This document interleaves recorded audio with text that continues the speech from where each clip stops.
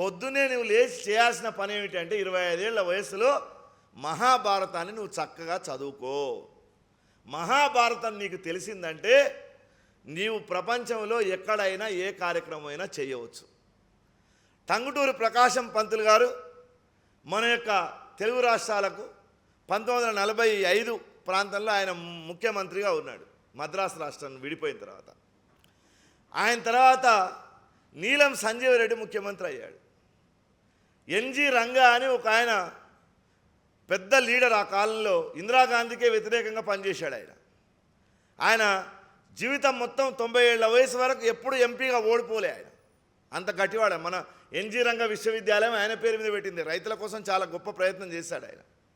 ఆయనకు ఆనాటి కాంగ్రెస్లో ఒక గొప్ప గ్రూప్ ఉండేదట ఎంబడి. అంటే ఎంతమంది ఎమ్మెల్యేలు గెలిచినా ఆయన మాట వినేవాళ్ళు ఒక 40% ఉండేవాళ్ళంట.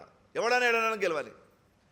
సంజీవరెడ్డి ముఖ్యమంత్రి కాగానే వెళ్ళి ప్రకాశం పంతులకు శుభాకాంక్షలు చెప్పి కాళ్ళ మీద వాడడానికి పోయినట, దండం పెట్టడానికి వెళ్ళినట. పోతే ప్రకాశం పంతులు చెప్పినట, ఒరే సంజీవా, నీవు ఈ తెలుగు రాష్ట్రాల్లో రాజకీయం చేయాలంటే మహాభారతం చదువుకో బిడ్డ అని అన్నాడట. ఆయన ముఖ్యమంత్రి ఎంత గొప్పవాడు చూడండి. ఇప్పటికీ అప్పటికి తేడా ఏంటంటే ఈ మధ్యలో ఒక 10 ఏళ్ల క్రితం ప్రభుత్వం ఉన్నప్పుడు ఓ మంత్రి గారు నేను ఇద్దరం కలిసి బసవేశ్వరుని స్టాచ్యూ ఓపెనింగ్కి వెళ్ళాము ఓ దగ్గర. వాళ్ళు నేను మాట్లాడిన తర్వాత బసవేశ్వరం నుంచి మాట్లాడిన తర్వాత ఆ పక్కనున్న కార్యకర్త అడిగాడు, మీరేమైనా మాట్లాడుతారా సార్ అంటే, నేనేం మాట్లాడతా, గుంజుడే పోవుడే అన్నాడు ఆయన. ఇప్పటి వాళ్ళేమో అట్లా ఉన్నారు. కానీ సంజీవరెడ్డి ఒక ట్యూటర్ను పెట్టుకొని, ఒక ట్యూషన్ మాస్టర్ను పెట్టుకొని, అంజిరెడ్డి గారు లాంటి ట్యూషన్ మాస్టర్ను పెట్టుకొని బ్రహ్మాండంగా భారతం అంతా చదువుకున్నాడు ఆయన. చదువుకున్న తర్వాత ఆయనకు ఒకసారి ఒక సమస్య వచ్చింది. ఒక నిర్ణయం చేయాలి, ఎమ్మెల్యేలు అందరూ ఓటేస్తేనే ఒప్పుకుంటేనే ఆ నిర్ణయం పాస్ అవుతుంది. నిజానికి ఎట్లా చేయాలి అని ఆలోచిస్తే ఆయన పొద్దునే లేచిన తర్వాత ఆయన భారతాన్ని స్మరించుకున్నాడట.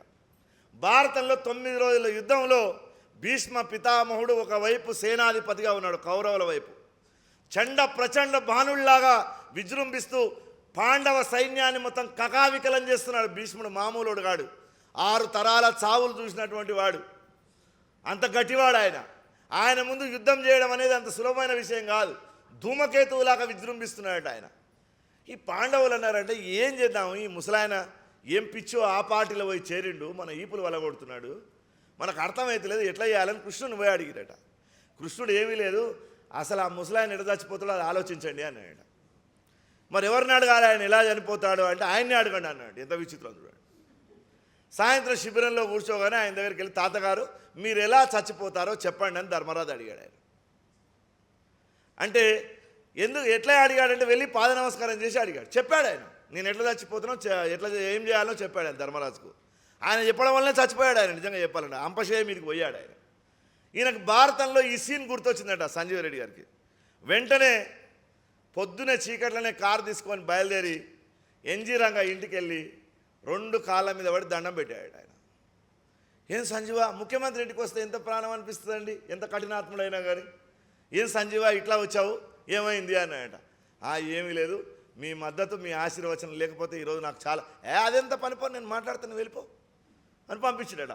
ఆయన చెప్పకముందే అందరూ వచ్చి ఓటేశారట మళ్ళీ రోజు. ఇది భారతానికి ఉండేటటువంటి శక్తి. కాబట్టి 25 ఏళ్ల వయసు ఉన్నటువంటి అందరు రాజకీయ నాయకులు, ముఖ్యంగా మా ఆగిరెడ్డి గారితో సహా భారతాన్ని తప్పకుండా చదువుకోవాలి. వాడి లంక ఎట్లా నాశనమైందో మనం రేపు చూస్తాం తర్వాత రోజుల్లో. అట్లాంటి రావణాసురుడు మొత్తం ధ్వంసం కావడానికి కారణం స్త్రీమూర్తి అయినటువంటి తల్లి సీతామాత.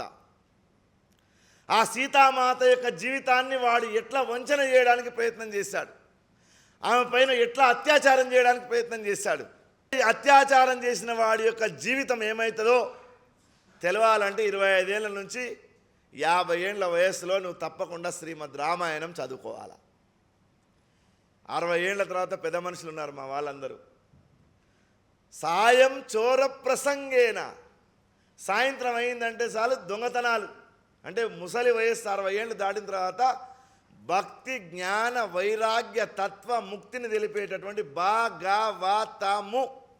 బా అంటే భక్తి, గా అంటే జ్ఞానము, వా అంటే వైరాగ్యము, తా అంటే తత్వము, ము అంటే ముక్తి. ఈ ఈ వీటిని తెలియజేసేటటువంటి ఒక అద్భుతమైనటువంటి గ్రంథము శ్రీ శుక్ల వారి యొక్క నోటి నుంచి జాలువారినటువంటి శ్రీమద్ భాగవతము వ్యాస మహర్షి మనకు అందించాడు. మరి దొంగతనం ఏంటి? సాయంత్రం అయిందంటే వయస్సు అయిపోయిన తర్వాత జీవితంలో కృష్ణుడి యొక్క దొంగతనాలకు సంబంధించిన చరిత్ర అంతా అందులో ఉంది. అంటే మనం దొంగతనాలు నేర్చుకోవాలని కాదు, భాగవతం కృష్ణ చరిత్ర, కృష్ణుడి యొక్క గొప్పతనం. పుట్టడు నేడు దొంగిలబోయి మా ఇల్లు సొచ్చి, యశోదమ్మ దగ్గరకు వచ్చి ఆడవాళ్ళంతా కంప్లైంట్ చేస్తున్నారట, మీ పిల్లవాడు ఏం చేశాడని. పుట్టడు, మీ వాడు పుట్టి చూస్తే గింతే ఉన్నాడు. పుట్టడు మా ఇల్లు సొచ్చి తానుట్టి అందక, ఆ పిల్లవానికి ఉట్టి అందలేదట ఎక్కడానికి, చిన్నోడు కాబట్టి. తానుట్టి అందక రోలు పీటలు ఒక్క ప్రోవిడి ఎక్కే, రోలు మీద పీటలు పెట్టినట. రోళ్ళు అంటే అప్పుడు పెద్ద పెద్ద ఇట్లాంటి రోళ్ళు ఉండేటివి కదా, దాని మీద అందకపోతే పీట కూడా పెట్టినట. రోలు పీటలు ఒక్క ప్రోవిడి ఎక్కే చేవెట్ట జాలక, ఆయనకు చేయి అందుతలేదట కృష్ణుడికి. ఏది పైన ఉట్టి మీద ఉన్నటువంటి వెన్నకుండలోకి చేయి పెడదామంటే అంతలేదట. తానుట్టి అందక కుండ కిందొక పెద్ద తూటొనరించి, పోతన చెప్పాడు ఈ మాట, తూటు శబ్దం, తూటు అంటే రంధ్రం. ఓ రాయి తీసుకొని కొట్టాడట. కొడితే ఆ పాలన్నీ కారుతున్నాయట, పాలో మీగడ కారుతున్నాడు. మీగడ పట్టి చీరల బట్టి తాగే తలోదరి, నీ కొడుకు అది దారలాక నల్లలాగా కారుతూ ఉంటే దోసిళ్ళు పట్టుకొని మంచిగా గుట్ట తాగిపోయాడమ్మా అని ఒక ఆమె చెప్తుందట. ఇంకొక ఆమె అంటుందట, వాళ్ళ ఇంట్లో దొంగతనం చేసి వెన్న మొత్తం పాలు మొత్తం తిన్నాడు. పోయేటప్పుడు ఏం చేశాడు, కోడలు మూతికిన్ జరిమిన, పోయేటప్పుడు పక్కింటి ఆమె కోడలు మూతికి రుద్దుకుండా పోయినాడ. కోడలు ముచ్చనుచు అత్త కొట్టెలా తాంగి, కోడలు వచ్చి ఏం చేసిందట, నువ్వు ఇంత చెప్పకుండా దొంగతనం చేస్తావా అని అత్త వచ్చి కోడలు పుట్టిదట. కోడలు ముచ్చనుచు అత్త కొట్టెలా తాంగి అని ఒక ఆమె కంప్లైంట్ చేసిందట.